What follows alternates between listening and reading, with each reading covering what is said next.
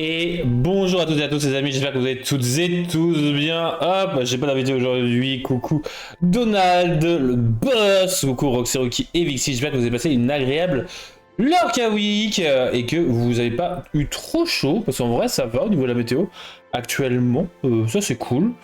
Elsa est venue pour rafraîchir, hein, on est d'accord, Elsa elle fait bien kiffer, parce qu'en vrai ça pourrait être pire, hein, mais bon. Écoutez, on est parti pour donc tout le blabla. J'espère en tout cas que vous avez passé encore une fois une très bonne Lorca Week, pas trop de soucis avec la chaleur, le taf, la paperasse, ça. Moi ça va. Et puis pas mal de choses à vous raconter, donc bah écoutez, on est parti. Hein, même si j'ai pas d'invité, bah, on a quand même pas mal de choses à raconter puisque la semaine dernière on n'a pas pu trop, s'avancer. Donc tout d'abord, waouh, Pimous.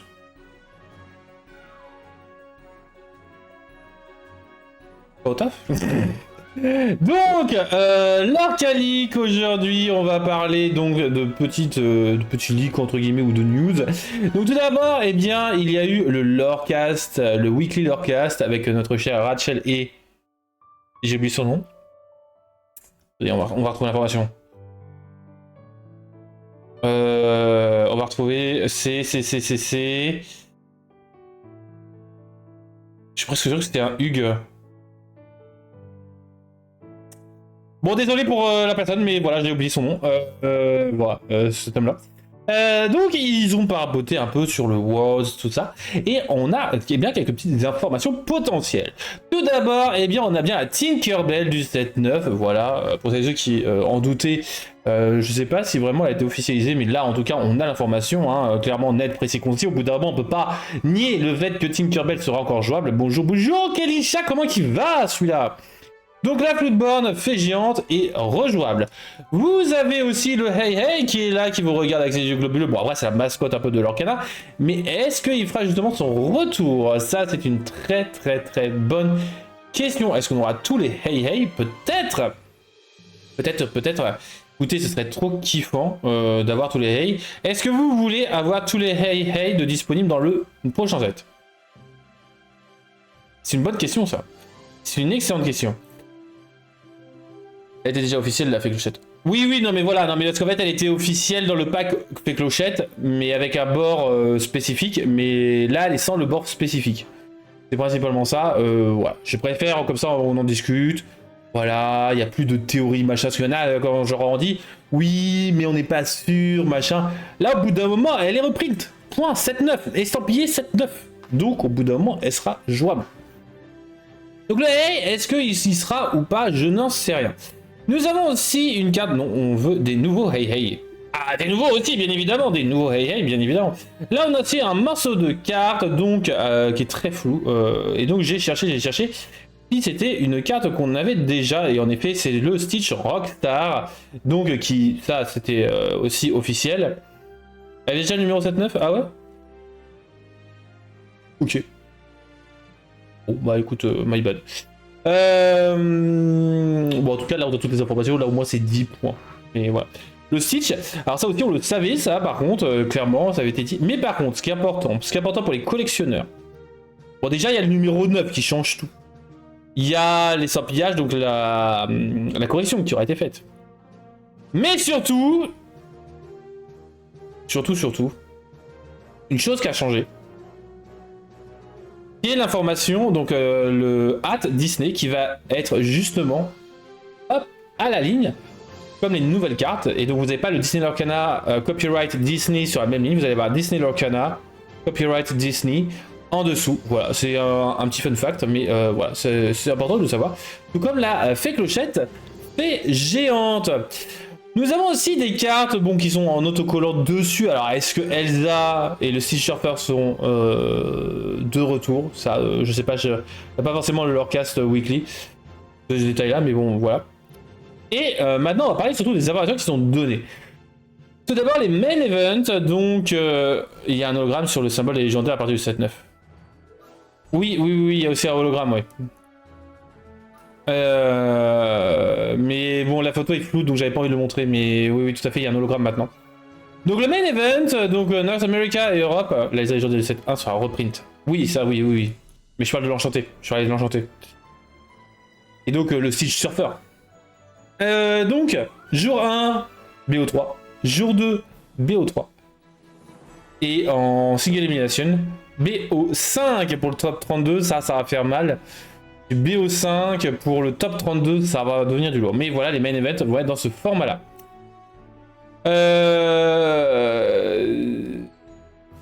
Donc bon, avec 8 ou 4 rounds suisses pour les jours 1 et 2 en format suisse.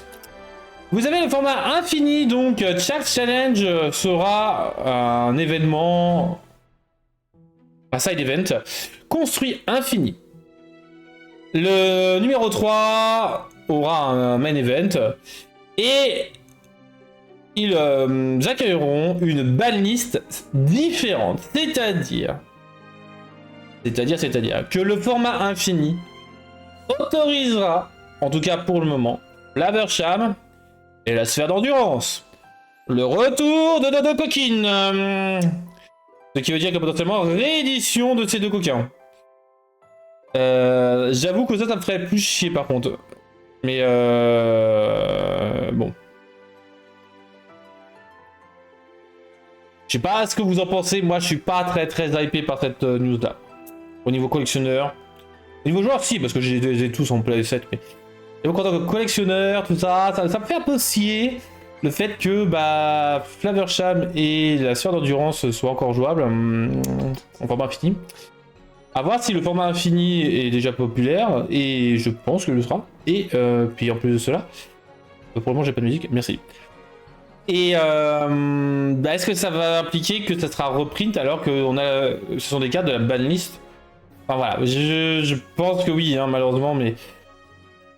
On verra bien. Voilà, on est heureux des leaks. Voilà, dites-moi bien évidemment en commentaire ce que vous en pensez, parce que moi je suis pas très fan de cette information là. Mais bon.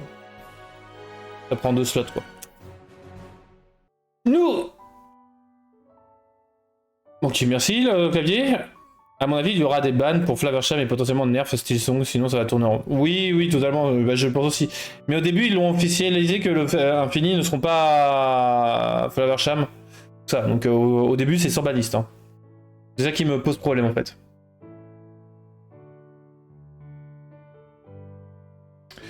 Donc, ouais, j'avoue que je ne sais pas quoi penser. On va passer un petit tour sur les Worlds, puisque bah, donc on en avait parlé que la compétition c'était Chiu contre DKP, hein, Dinkan Pham. On va l'appeler DKP, notre très cher champion du monde. Et on va un peu plus étudier en détail leur decklist, parce que leurs decklists, bah, ils ont enfin été donnés la semaine dernière. Et la semaine dernière, j'ai pas pu vous les proposer. Tout d'abord, les decklists du premier, tout d'abord du violet-gris avec du cobra géant, du balai. Des mimes, des merlins, ça fait plaisir, c'est une decklist assez classique. Cependant, il y a quand même quelques petits trucs qui peuvent choquer certaines personnes. Tout d'abord, le balai magique nettoyeur aérien. Il joue en x4. Alors moi, il me choque pas tant que ça, parce que c'est une très bonne carte hein, qui peut gérer les insaisissables. Et il a de très bonnes stats en vrai, donc c'est pourquoi pas. Par contre, l'autre gars qui va un peu me choquer, c'est le Yensid. Yensid qui marche bien avec les balais, justement, et donc il y a très peu de balais. Après, l'avantage, ce qui me choque beaucoup moins, c'est justement pourquoi se priver d'une carte aussi forte, même si vous n'avez pas de balais sur le terrain, c'est de l'encre. Donc en vrai, c'est pas une si mauvaise carte que ça, hein, c'est vraiment une carte situationnelle, mais en vrai, pourquoi pas. Clairement, j'aime bien. On voit qu'il y a le retour de allumer les mèches hein, en 2 exemplaires. Ça, par contre, ça m'étonnera toujours. Hein. Allumer les mèches, que j'aime pas du tout, mais bon, ça c'est un peu mon avis personnel. Coucou à Obscu, si il regarde la rediff, hein, allumer les mèches, le professionnel de cette carte de... voilà. Sinon c'est une decklist assez classique, bon, avec quelques petits ratios qui peuvent être un peu modifiables, hein, la bibliothèque par exemple encore 2 fois, mais ça contrebalance le fait que Yensid soit en 4 fois.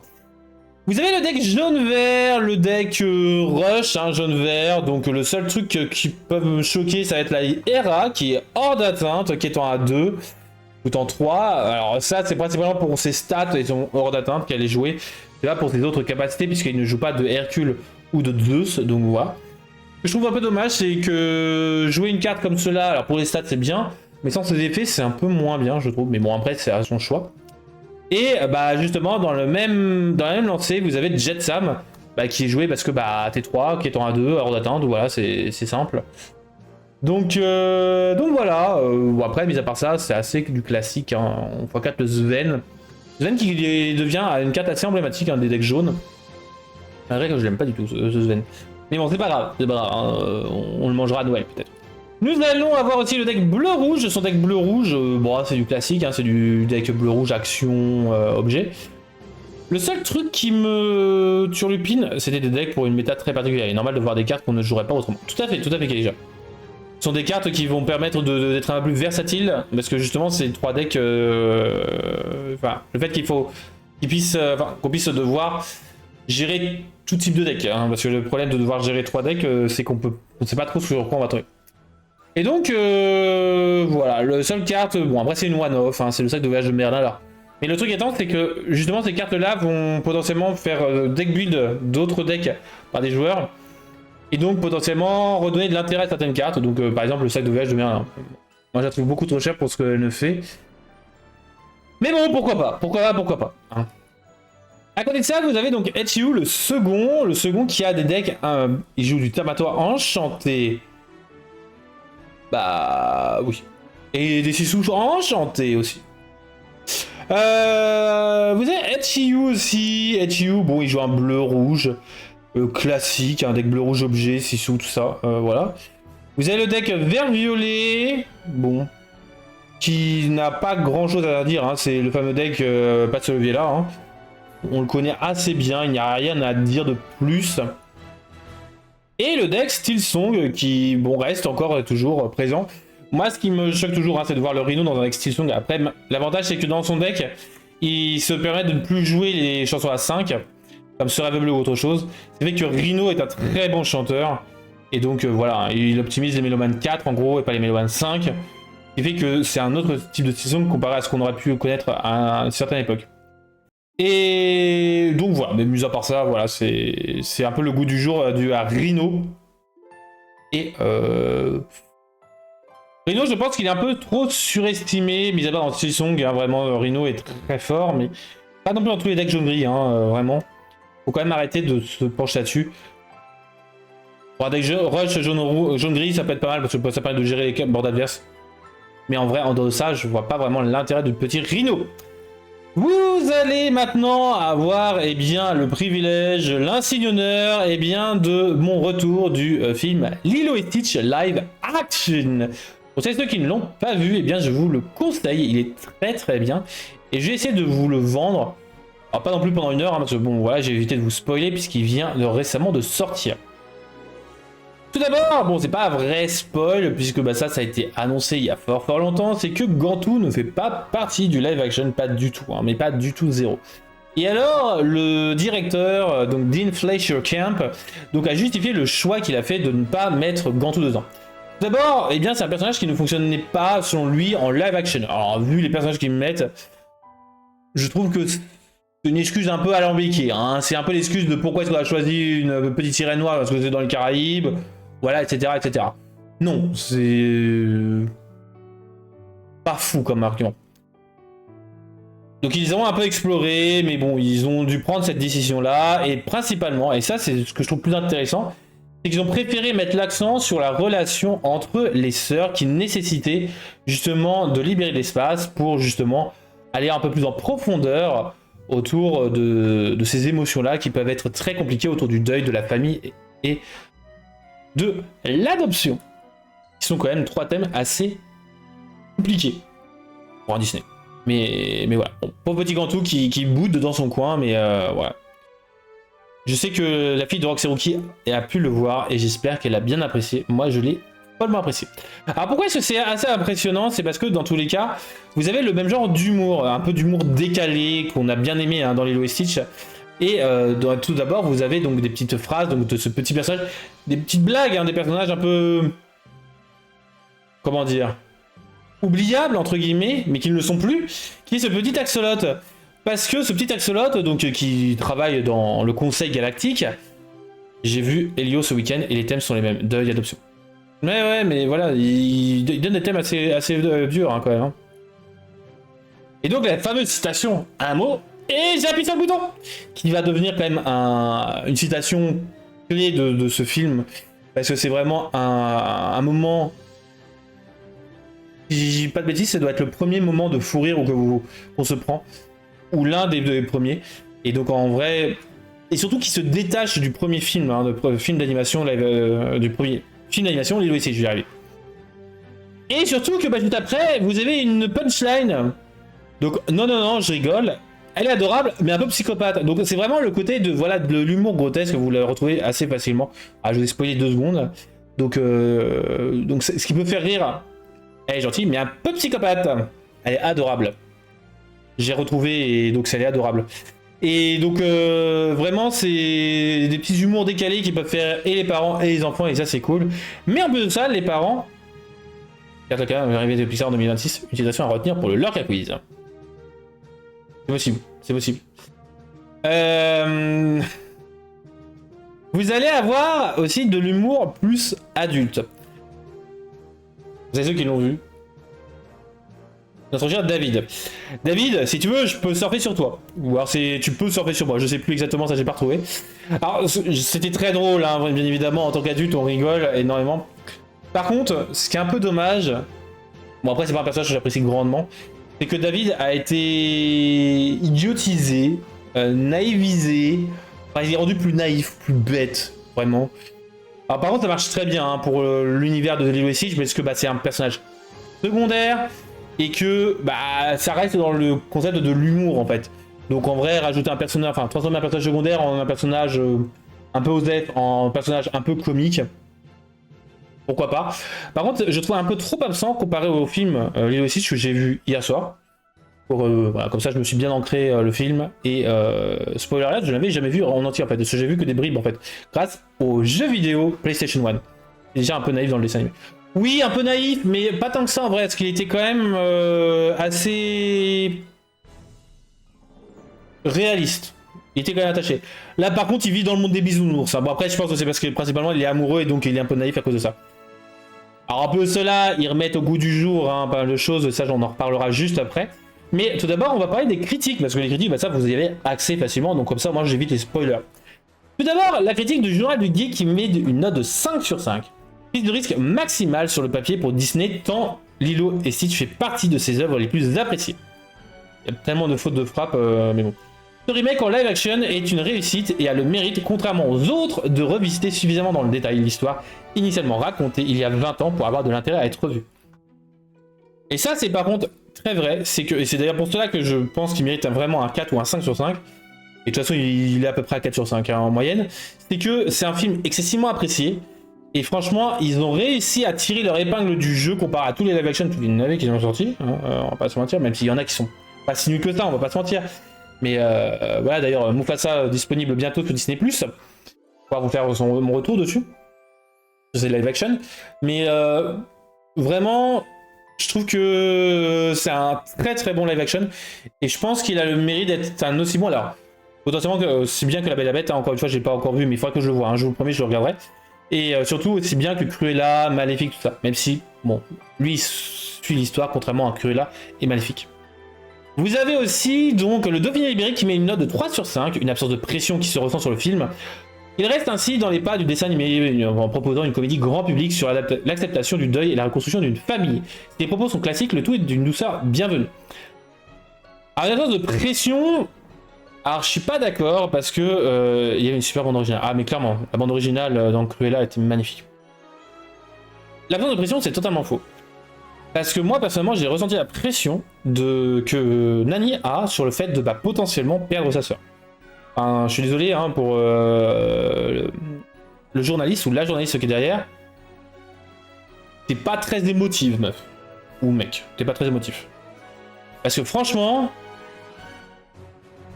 ça fout un peu les boules sur le stress qu'elle peut avoir.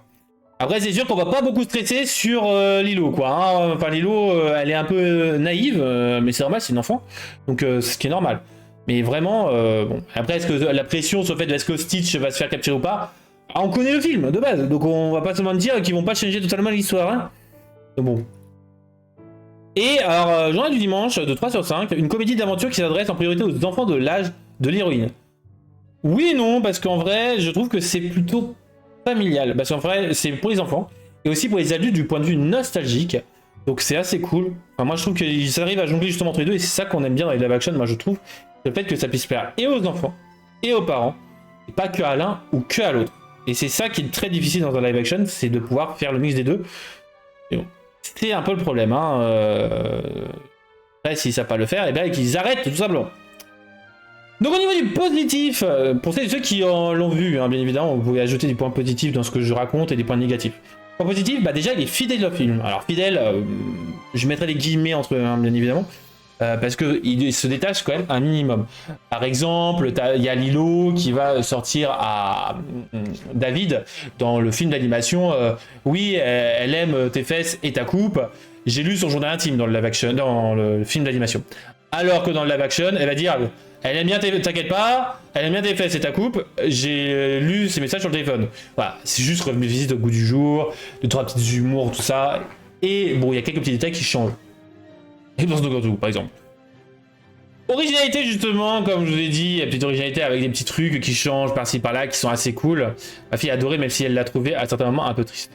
Justement, c'est ça que je trouve très original, c'est qu'il est très déprimant, entre guillemets, et aussi très bien à la fin. C'est qu'il y a, enfin, mais ça, j'en parlerai à la fin, c'est qu'il y a un dénouement qui est bien mieux fait, je trouve, que dans le film d'animation. Et ça, c'est chacun son goût. Une vision pro adulte, voilà. Alors je pense que je vais vous le marquer plus pour adulte, donc avec justement de l'humour, des petits moments clés, hein, enfin adulte et ado, pour justement le petit stress qu'a Nani, tout ça, et bah, Lilo qui ne comprend pas forcément. Et ça c'est normal, une enfant ne peut pas tout comprendre. Le côté réaliste qui est très bien fait, enfin je trouve que il y a des gens qui critiquent le Stitch, tout ça, je trouve que pas tant que ça, en vrai les extraterrestres sont assez bien réalistes. J'ai du mal avec nos deux comparses, mais bon ça c'est un autre problème. L'avantage c'est qu'ils ont réussi à les transformer entre guillemets en tant qu'humains, contrairement au film d'animation où ils sont déguisés en humains, là bah, ils sont juste en gros sorte de métamorphing. Donc c'est assez cool. Et on a un excellent acting. Franchement, les acteurs et les actrices sont excellentes. En plus de là, vous avez Sydney Fox, gros dédicace à elle. Bon, qui a pris un gros coup de vieux, ça je suis d'accord avec Pimous. Mais en vrai, excellent acting. Il n'y a pas un seul mauvais acteur ou actrice. Donc ça, c'est vachement cool. Je trouve que Myrtle, bah, elle est un peu absente. Ça, c'est un peu dommage. Mais bon, elle n'est pas non plus excessivement présente dans le film d'animation. Donc bon, et c'est vrai que je la trouve un peu différente entre guillemets, mais bon c'est pas très grave. Contrairement à un film d'animation comme Ariel où on s'attend à un personnage typique, entre guillemets, le valet du prince Eric, on s'en moquerait s'il est blanc, vieux, jeune, etc. On s'en moque. Bah ça va pareil, Myrtle on s'en moque totalement.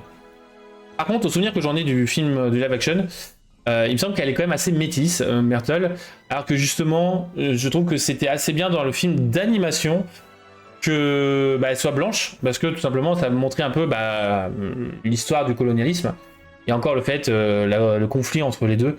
Après, je pense que c'est justement à cause de la vision colonialiste qu'ils ont retiré ce côté bah, blanc contre métis, quoi. Si en vrai, il n'y avait pas que ce conflit-là, hein, parce qu'il y avait des métis et des blancs qui se parlaient très bien dans le film d'animation. Et mais il y avait le conflit Myrtle-Lilo qui pouvait être vu comme une sorte de racisme ou autre chose, peut-être. Hein, ça, on n'en sait pas plus que ça. Du point négatif, le point négatif, eh bien, il y en a quand même. Alors déjà, le Gantou est absent, hein, voilà. Moi, cette grosse baleine, bah, elle est pas là, dommage. L'accent de Jumba, alors moi, j'avoue que, alors, bon, au bout d'un moment, on s'habitue. Mais le vrai, c'est que comme il fait que des sortes de caméos, entre guillemets, il arrive 2 minutes. Et pendant 15 minutes, vous le voyez pas, 2 minutes, de 15 minutes. Donc, ça fait que vous le ressentez vraiment, l'absence de l'accent, l'accent de l'Est, en fait. Hein, donc, alors, pas russe, mais vraiment, je l'ai écouté, donc c'est vrai qu'il est proche de la Russie, mais peut-être autrichien, hongrois ou autre chose. Mais bon, Gantou n'a pas été reprint. Ouais. Donc, voilà, Jumba, un peu du mal, mais bon, voilà, c'est pas non plus très grave. Alors, les autres expériences, ce que j'ai pas aimé, c'est vraiment en mode, ils en parlent, mais avec les visuels, donc ça c'est cool. Mais le fait, c'est tant qu'il veut transformer 6-2-6 en 6-2-4, 6-2-5 ou 6-2-7. Sauf que 6-2-7, qu'on voit hein, directement, normalement dans le film d'animation, c'est une fois que Jumba est sur Terre. Il n'a pas encore créé 6-2-7. 6-2-6, c'est sa dernière expérience. Leroy est justement la version améliorée de Stitch. avec moins de défauts, tout ça. Donc ça, c'était un peu le couac que j'ai. Et surtout que, voilà, j'aime pas trop cette vision-là. Après, transformer une expérience dans une autre expérience, bon, ouais, c'est du cogénétique. Bon, ça aurait pu être sympa, tout ça. Mais bon, moi, ça me gêne un peu. C'est surtout le 6 de 7 qui m'a un peu dérangé. Et donc, c'est un point qui est ni positif ni négatif, qui est vraiment étonnant et surprenant, je trouve. C'est le fait qu'il y a un dénouement différent. Alors, plus précisément, vous allez avoir, donc dans le film d'animation, c'est Gantu qui revient parce que Jumba et Pikli sont nuls à chier, pour parler poliment. Posicat à Pikli, qui est un peu plus teubé, pour parler poliment, dans le film live action. Et donc, vous avez Gantu qui vient et qui est très maladroit. Vraiment, c'est l'improvisation. Sauf que là, cette fois-ci, non, c'est Jumba méchant par excellence du film 1, chose qui n'est pas forcément bien vue de mon point de vue, mais bon, après, c'est un choix. Voilà, c'est pareil, un point positif et négatif. C'est que Jumba ne se repentit pas, entre guillemets, à la fin du 1. Il reste le méchant par excellence. Vous avez un dénouement différent aussi, c'est-à-dire que le choix que Stitch reste sur Terre est un peu mieux amené, je trouve, que dans le live action, que contrairement au film d'animation, parce que je suis désolé, hein, mais la conseillère dans le film d'animation... Ah, tu l'as acheté? Ok, je te le donne. Ah, voilà. Alors que justement, dans le live action, elle réfléchit à comment le laisser sur Terre, tout ça. Je trouve qu'il y a un peu plus de compassion, justement, un peu plus d'émotion. Et c'est ça qui est très bien fait dans le live action. Donc ça, je vous le conseille. Clairement. Et donc, pourquoi est-ce que je vous parle de ça? Alors déjà, pour vous proposer d'aller le voir, hein, bien évidemment, parce que tant qu'il est dans le cinéma, allez-y, profitez-en. C'est le mois du cinéma, donc place moins chère. Mais surtout, on est allé le voir, nous, donc le lundi dernier. Juste après le live avec donc Paul. D'ailleurs, je viens de penser à une chose. Faut que je fasse quelque chose. Mais juste après, et une fois arrivé, qu'est-ce que je vois? Qu'est-ce que je vois, les amis? Est-ce que vous avez vu l'information? Moi, oui. Et j'étais choqué. Et après avoir vu, eh bien, j'ai vu ça. Hop. J'ai coupé le son, et puis let's go, la bande-annonce, le teaser du Lilo et Stitch 2. Le voici, le voilà. Hop, hop, hop, hop, hop. Non, non, non, non, non, s'il te plaît. Hop.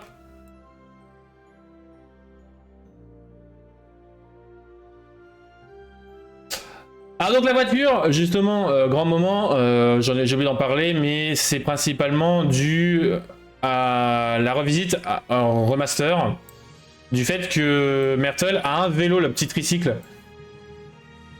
Et donc, je trouve ça un peu dommage qu'ils aient retiré le vélo pour une voiture. Et après, c'est pour remettre un peu au goût du jour, justement, donc ça, c'est assez cool. Bon, par contre, je trouve que le moment est un peu long pour l'annonce de Lilo et Stitch 2. Voilà, bon, donc c'est jeu en développement, voilà. Court moment, mais je trouve ça excellent. Et déjà, on a des news sur ce film, déjà des news sur ce qui pourrait y arriver. Tout d'abord, au programme, qu'est-ce qu'on aura? Eh bien, on aura donc les autres expériences dedans. Et donc, ça veut dire potentiellement, tout d'abord, des expériences fortement appréciées, hein, qu'on a pu voir soit dans le film ou dans la série animée, avec Angel, 6 de 4, ou encore Reuben, 6 de 5, notre mordu de sandwich, au beurre de cacahuètes. J'espère qu'on n'aura pas 6 de 7, j'espère que 6 de 7, au pire des cas qu'il le mène... Ouais, il y a une vague Gremlins dans ce... Après, c'est le problème de la peluche, hein, qui est vraiment... C'est vraiment leur peluche, etc. Qui sont en mode Gremlins. Mais bon, en même temps... Dans le live action, ils insistent beaucoup sur l'eau, qui a un effet sur les... Sur les gamins, n'importe quoi. Sur les expériences, donc voilà. J'espère qu'on aura ces expériences-là, et potentiellement aussi de nouvelles expériences, justement, parce qu'on n'a pas eu toutes les expériences de Jumba Jokiba, qui ont été présentées dans la série. Donc potentiellement, voilà, on aura une sorte de série de live action, et ça pourrait être très sympa en vrai. Alors bien évidemment, j'espère que c'est pas un film pour une expérience, il faudra peut-être se calmer un petit peu. Alors, sur Tegemo, on a eu un film d'animation sur Leroy entier, mais bon, c'est normal parce que c'est un peu. Comment dire? La suite logique de 6 de 6, c'est 6 de 7, hein, voilà. Bon.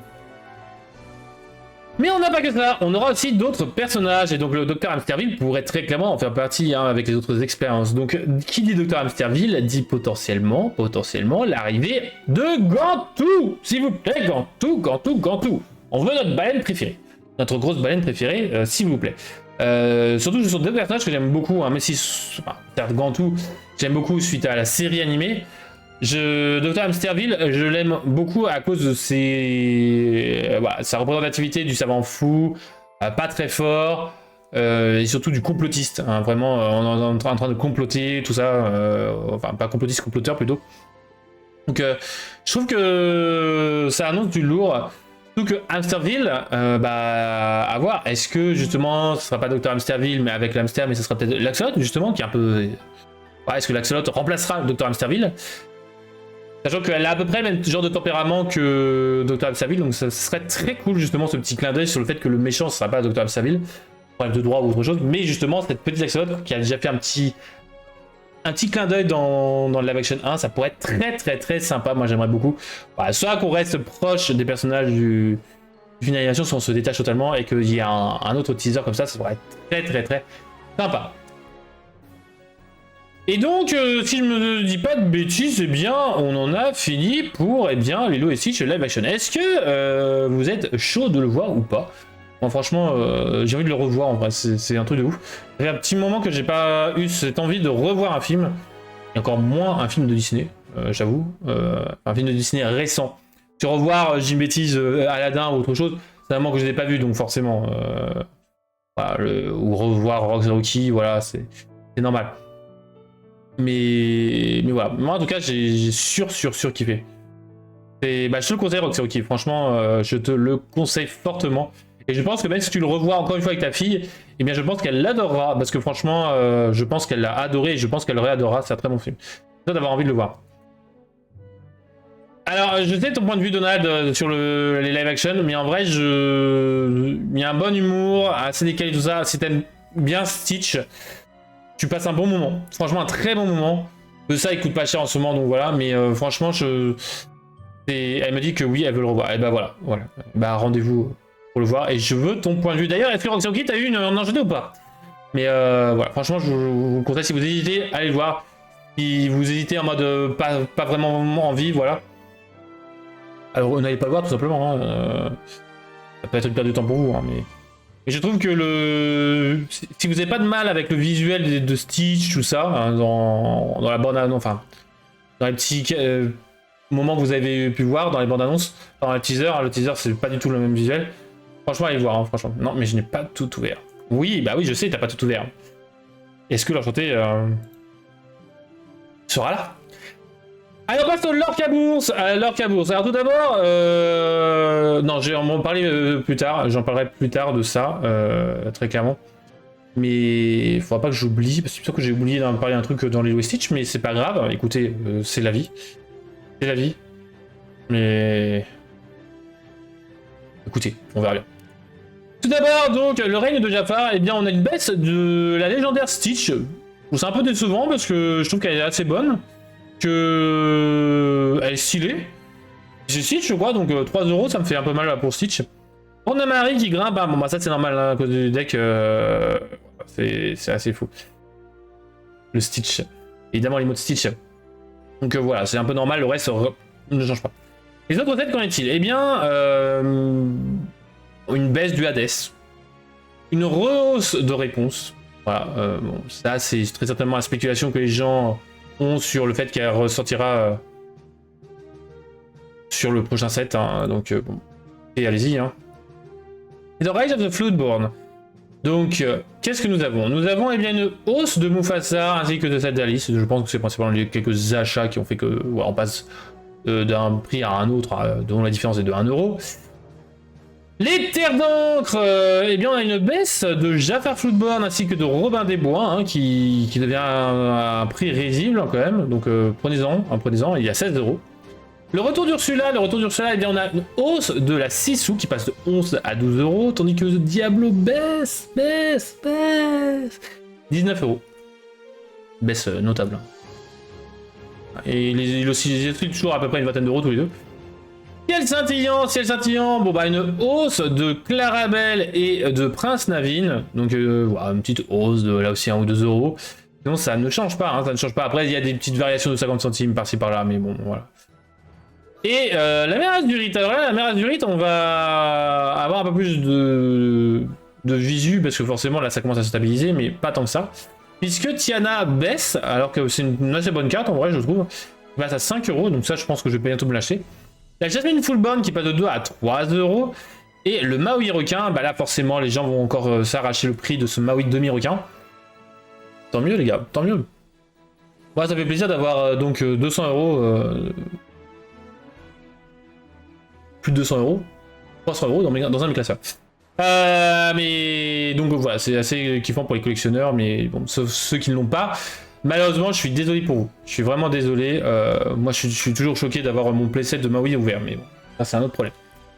L'île d'Arcasia, donc l'avant-dernier set. Qu'en est-il? Eh bien, on a pas le prix qui varie.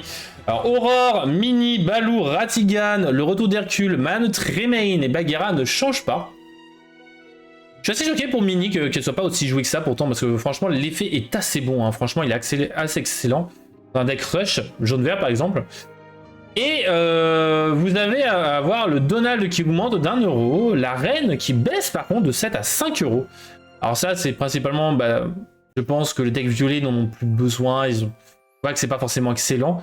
Le Balthazar Picsou, le Tamatoa qui remonte, donc ça c'est principalement merci à... Enfin Worlds qui ont mis le deck objet bleu-rouge en avant. Et le Mickey Mouse, donc de non ancrable légendaire, qui passe de 4,50€ à 7 euros lui aussi, qui grimpe et qui regrimpe. Et donc voilà, au niveau des Lorca News et des Lorca Bourse, les amis, j'espère que ça vous aura intéressé. Peut-être que vous allez faire des achats compulsifs. Justement, je vais en parler maintenant. Attention, alors moi personnellement, j'ai fait une commande. Alors ce n'est pas du tout du fait du revendeur, bien évidemment, je ne vais pas mettre en question là-dessus. Suite à une grève de la poste de mon côté, j'ai mon courrier, ça fait une semaine qu'il est bloqué, qu'il est en transit. Donc voilà. Donc attention, il y a pas mal de mouvements là je pense au niveau des postiers qui peuvent poser de problèmes. D'ailleurs pour celles et ceux qui ont gagné donc des cartes etc, dites-moi par mail ou MP ou autre chose si vous voulez vraiment que je vous l'envoie maintenant ou plus tard. Elle est une bonne carte mais elle était surtout utilisée pour contrer Flaversham.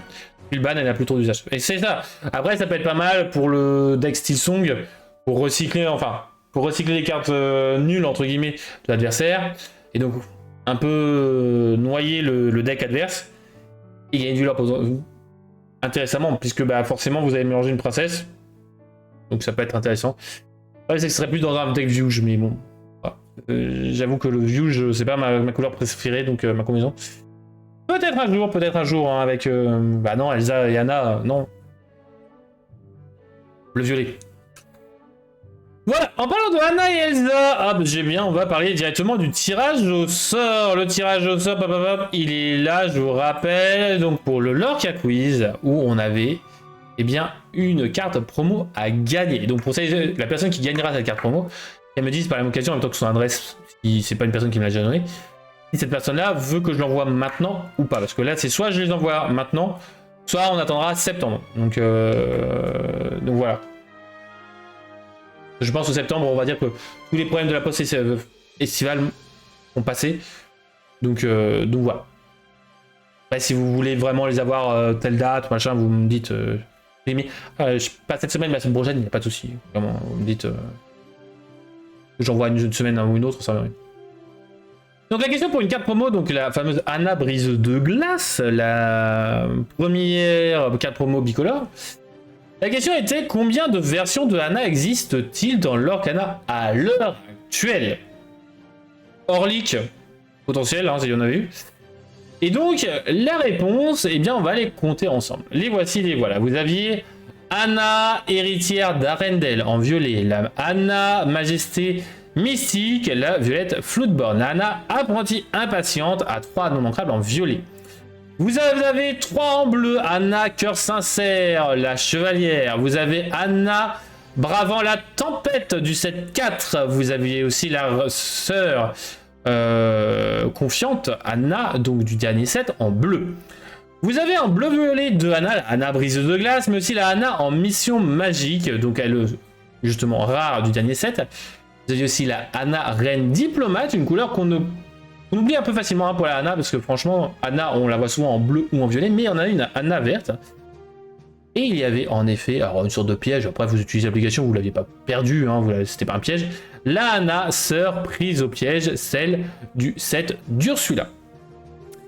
Et quand justement j'ai vraiment compté, c'est en gros voilà, perte verte perdue au milieu du bleu-violet. Ah ouais, clairement, clairement. Bon, même la noire, hein, envoûtée. Mais vous allez avoir, justement, quand j'ai fait ça, je me suis rendu compte d'une chose, c'est que, eh bien, dans le pack Jafar, dans les méchants de Jafar, ce qui est dommage, c'est que ce sont que des cartes de la licence Aladdin. Il n'y a pas de Anna, de Hey Hey ou autre chose. Tout ça un peu dommage, ça aurait été drôle qu'il y ait des cartes un peu plus emblématiques. Mais bon. Sur Dreamborn Inc., elle n'est pas référencée la carte du coffret social. Il fallait y penser. Application. D'où le fait que oui, c'était un piège pour vous. Oui, il y a le Basile, bien sûr. Mais bon, je trouve qu'il y en a beaucoup moins, c'est ça qui est un peu dommage. Vous avez Gardien du Palais, vous avez Aladdin, Jasmine, la Carpette, le Génie. Il y a énormément, alors que bon, ok, Ursula a les sœurs d'Ursula, le requin, mais qu'on n'a pas hein, en physique. Et Sam, Jet Sam.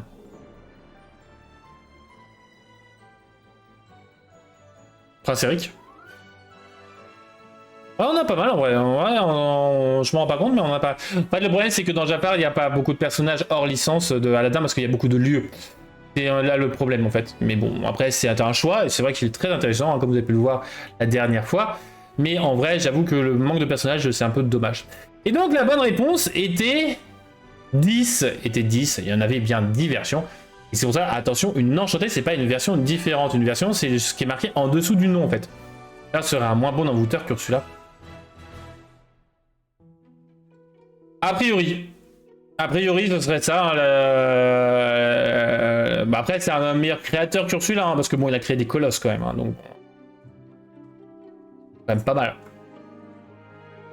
Et donc le tirage au sort va être du haut scindé. Donc il y a Emily Book, Orgue, Jérémy et Cynthia Florentin qui ont bien répondu. Je vais lancer plusieurs fois le dé. Alors je vais juste revérifier. Hop, ouais, le dé est bon. Donc lui il compte pas. Je vais lancer tout d'abord 4 fois le dé. Voilà, pour juste un peu plus d'aléatoire, puisque vous êtes 4. Une fois. Ça c'est un 10, ça voudrait dire que je relancerai. 2 fois. Ouf. 3, ça aurait été Jérémy. 3e fois, 2, ça aurait été Orgueil. Et dernier. Le dé est cassé. Le 1, ça aurait été Emily. Et donc le dernier. Quel est-il? Tirage au sort.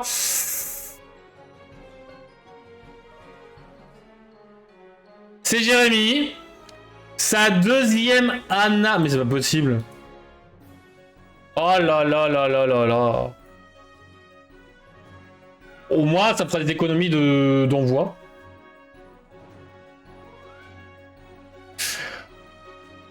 Voilà. Bon. Il y en a d'autres, hein, des cartes de Anna, mais bon, il va avoir le playset, hein, à la fin, le monsieur. GG à toi, clairement, mais... Franchement, déjà 2 Anna, hein. Incroyable. Et si on relançait le dé, parce que par contre, Cynthia, 4 ou 8, ça t'est boudé. Ah bah, le 8, là. Il était là, le 8. Là, comme je me suis dit, Jérémy, Orgueil, Emily, on aurait genre le 9 ou le 10, et on tombe sur Cynthia, même pas, non, le dé, il a dit Jérémy aujourd'hui. Ok, bah, Jérémy aujourd'hui, écoutez, y a pas de souci. Donc voilà, pour ceux qui ont gagné des lots, vous me contactez, comme ça, on discute sur l'envoi, tout ça, si... C'est juste que j'ai peur que ça se perde ou quoi que ce soit, hein, vraiment... T'as toujours le problème de l'été, c'est de potentiellement ça se perd. Et ça, je pourrais pas l'assurer, malheureusement. Donc, c'est un peu dommage. C'est pour ça que moi, je vous propose, c'est que si vous en avez vraiment besoin maintenant, je l'envoie maintenant. Si vous voulez vous assurer de les avoir, eh bien, je vous les envoie en septembre. Normalement, il n'y aura pas de problème. Fin août, début septembre, je veux dire. Vous inquiétez pas, les enveloppes vont être bientôt être faites, en fait. J'ai toutes les cartes, voilà, séparées, tout ça, et je vais les mettre, je vais écrire au fur et à mesure. Donc on va passer sur le Lorca Quiz, le moment que vous aimez tant, et tout d'abord on va partir sur le Lorca Excel. Le Lorca Excel, donc les cartes pixelisées, et donc retrouver la carte. Quelle est cette carte, les amis? Bam bam bam bam bam bam bam. Quelle est cette carte? Anna Violette. Non! Quelle est cette carte?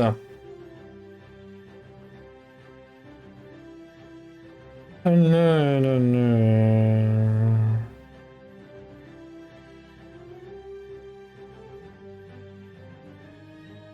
Ce n'est pas Pumba non plus.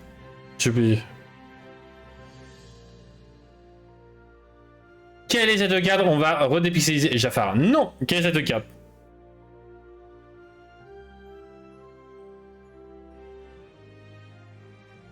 Hop. Par contre, je suis en train de me dire que... Non, ce n'est pas ça.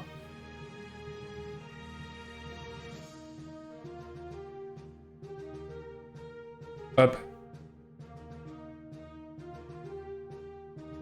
Je vais éviter d'envoyer ça à ma... Il en faut peu pour être heureux. Non, Mime Rhinocéros. Non, Timon. Non, Merlin Métamorphe. Non, il en faut peu pour être heureux. Non. Et on dézoome, pardon, on dépixelise. Rhino. Non. Quelle est cette carte? Ah ah.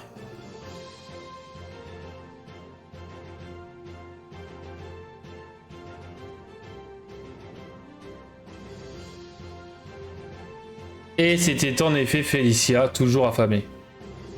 Waouh, Roxeroki trop fort. Attendez. Je vais m'éloigner.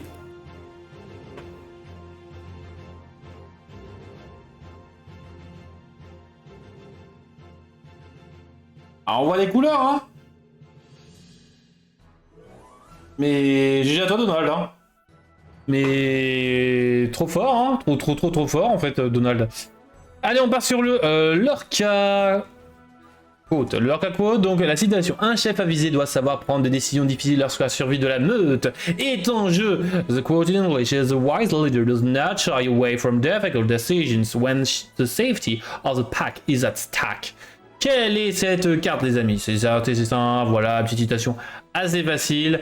Akena. C'était Akela plutôt, mais en effet, GG à toi, Kelisha, qui l'avait. Il n'y a pas une petite faute. GG à Kelisha. En effet, l'ancien du clan des loups. Nous allons avoir le Lorca des Zooms. Lorca des Zooms, le voici, le voilà. Ouh là là, Roxeroki qui. Bon, après, Roxeroki l'avait avec la bonne orthographe, donc on va quand même lui dire GG, elle avait que moins d'une seconde de retard au niveau de l'envoi. Quelle est cette carte dézoomée? Quelle est cette carte dézoomée? Là, si quelqu'un le trouve maintenant de suite, je pète mon crâne. Quelle est cette carte? Quelle est cette carte? Donade légendaire violet. Non, ce n'est pas le Donade légendaire violet. Non, non, non. Quelle est cette carte? Quelle est cette carte? Je sais que vous la connaissez. Peut-être en bas. La marraine l'a fait. Non. Allez, on dézoome. Quelle est cette carte? Quelle est cette carte, les amis? On voit des lumières, des guirlandes, des spots, je sais pas. Qu'est-ce que c'est? Hades légendaire du 7-1. Non. Grand-mère à lequel? C'est le lac du stream, il y a égalité. Allez, Kelisha qui donne un point facile à Roxeroki. Oh là là, quel bon prince. Ursula. Non, ce n'est pas Ursula, ça pourrait être Ursula. Tout à fait, tout à fait, tout à fait. Allez, on redézoome. Quelle est cette carte? Quelle est cette carte? Tamatoa du 7-8 en enchanté. Non. Quelle est cette carte? Quelle est cette carte? Quelle est cette carte? Vous la connaissez, les amis. Mime avec une sucette. Non. Orville. Non. Quelle est cette carte? Quelle est cette carte? Ah là là là. Gaston. Non plus. Aïe aïe aïe aïe aïe. Quelle est cette carte? Quelle est cette carte? Aïe aïe aïe. On dirait un casino de Las Vegas. Ce n'est pas un casino de Las Vegas, non. Quelle est cette carte? Ce n'est pas Clarabelle. Non, non, non. Aïe aïe aïe aïe aïe. Mais non. Mais oui, c'est Gazelle, l'ange avec des cornes. Mais oui, GG à toi, Roxy 2 en effet, et qui permet de donner insaisissable jusqu'au début de votre prochain tour. Personnage, c'est assez fort en vrai, mais bon, c'est pas joué non plus très fort. Lorca Gif, nous allons chercher une carte rubis rouge. Quelle est cette carte avec le premier gif? Quelle est cette carte? Quelle est cette carte, les amis? Vous la connaissez forcément. Soyez prête. Non, ce n'est pas soyez prête. Quelle est cette carte? Il y a un serpent. Jafar. Non. Jafar rouge. Hein? Comment ça? Une carte rouge. Il est légendaire 7-8. Non. On pourrait. Allez, deuxième gif. Une flamme rouge. Tout le monde, on danse. Ta-da. Ta-da, na-na-na, na-na-na-na, na-na, na-na-na-na-na. Allez, quelle est cette carte avec une flamme? Et un serpent. Figaro. Non, ce n'est pas Figaro. Figaro. Non, non, non. Quelle est cette carte? Ah là là là. Pour le moment, c'est pas non plus des gros indices, hein, on va pas se mentir. Un dragon. Alors, chinois ou pas, est-ce que ça a son importance? Rouge et jaune, est-ce que ça a son importance? À vous de deviner. Mais nous avons un dragon ici, précisément. Quelle est cette carte? Quelle est cette carte? Vous la connaissez? Mouchou. Mouchou avec le gong. Ce n'est pas le mouchou avec le gong. De quel mouchou tu parles, Roxoki? Est-ce que c'est le mouchou avec le gong? C'est le mouchou avec le gong? Non. Mouchou rouge-gris.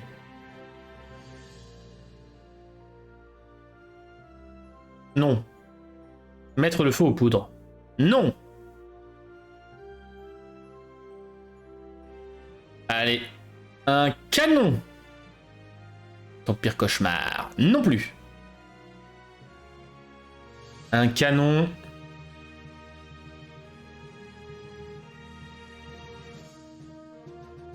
Quelle est cette carte? Ouais, il faut penser forcément à des graphismes différents. Hein. Attention, attention. La joie des gifs. Quelle est cette carte? Une armure chinoise, a priori, ou en tout cas asiatique. Ça peut être aussi japonais, mais bon, en Disney japonais, oh, pas spécialement. Je réfléchis, mais non.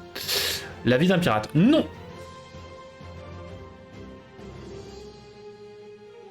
Épée de Shen Yu. Non plus. Aïe aïe aïe aïe.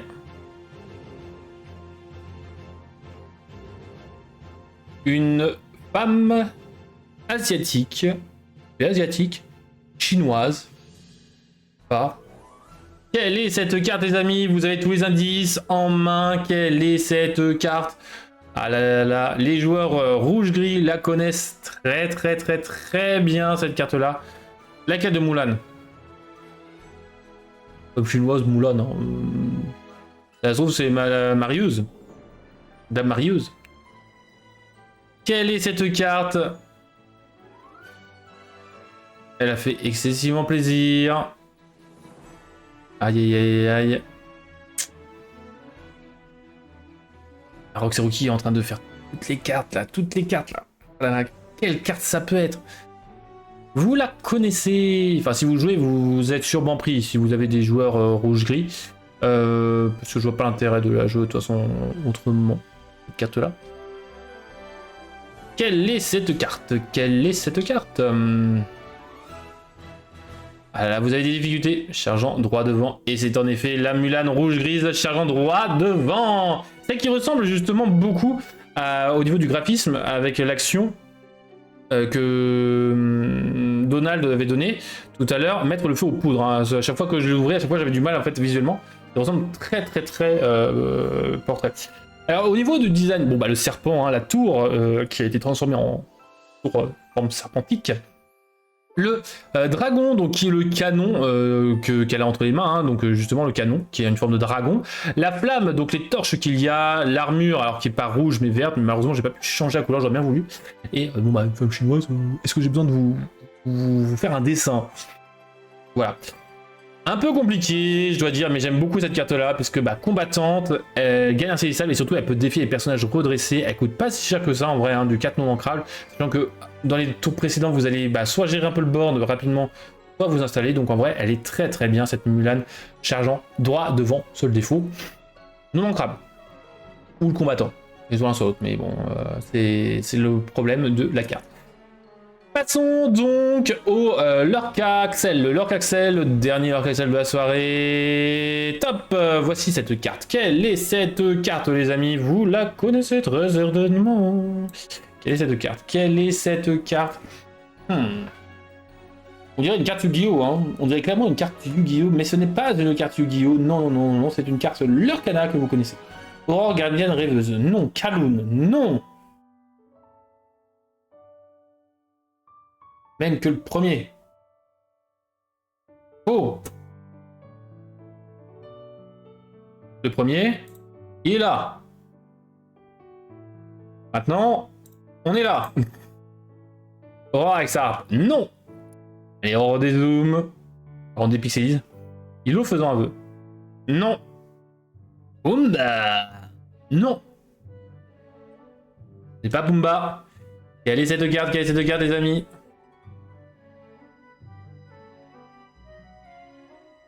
Ariel sur des jambes humaines. Non! Tout ça, ça pourrait, hein. Tout ça, ça pourrait. Allez. Stitch, nouveau chien. Non. Simba, lionceau protecteur. Non plus. Nala. Non plus. Aïe, aïe, aïe. Quelle est cette carte? Zazu. Non. Max. Non. La terre des lions. Non. Lady. Non. Quelle est cette carte? Ah, pour moi c'est facile parce que je connais la réponse. Là, je sais pas si pour vous ça l'est, mais en tout cas pour moi c'est très très très facile. Et en effet, c'est notre bon vieux Orville, as de l'aviation. Oui, oui, oui. GG. GG à vous deux. Et bah, vu l'heure qu'il est, on va s'arrêter là, les amis. Il est déjà l'heure. Oh là là, mais c'est incroyable. C'est incroyable. Écoutez, on aura passé un moment encore insane. Donc, on se dit donc semaine prochaine. Donc, on sera le 14. Le 14. On va faire des feux d'artifice. Non, alors justement, vu que c'est le 14, alors suivez-moi sur les réseaux sociaux, mode trip, tout ça, ou alors sinon je ferai une annonce absence de live la semaine prochaine, parce que le 14 au soir, pour voir quand est-ce qu'ils font la fête pour le festival, enfin le 14 juillet. Ça va être compliqué de tourner, donc voilà, c'est pour la joie. Le feu d'artifice et l'Orcana, exactement, exactement. C'est surtout la joie du bruit en fait. C'est surtout ça. Voilà, j'arrive à calfeutrer parce que le bruit vient de par là, mais si le bruit vient de par là, ça va être une horreur. Spécial ciel scintillant. Let's go! En tout cas, j'espère que ce live vous aura plu, les amis. Pas mal de news, pas mal de jeux, pas mal de questions. Encore une fois, pour ceux qui ont gagné des choses que je vais leur envoyer, dites-moi si vous voulez maintenant ou plus tard. Hein, si vous voulez justement vous sécuriser. Je vous promets pas non plus qu'en septembre, si je vous les envoie, vous les avez automatiquement, mais bon, voilà. Bonne Lorca Week, ou Lorca Weeks, je vais quand même voir, hein, normalement ça devrait le faire pour la semaine prochaine, mais on ne sait jamais. Prenez ça de vous et de vos proches, le mot de la fin, puisque sinon, aïe aïe aïe aïe aïe, je vais me faire enguirlander, voilà, comme Lilo enguirlandé par Nani. Et cette emote. Donc la bête, bien évidemment, la bête. Le mot de la fin, le mot de la fin, ça va être... Ah bah c'est tout trouvé, hein.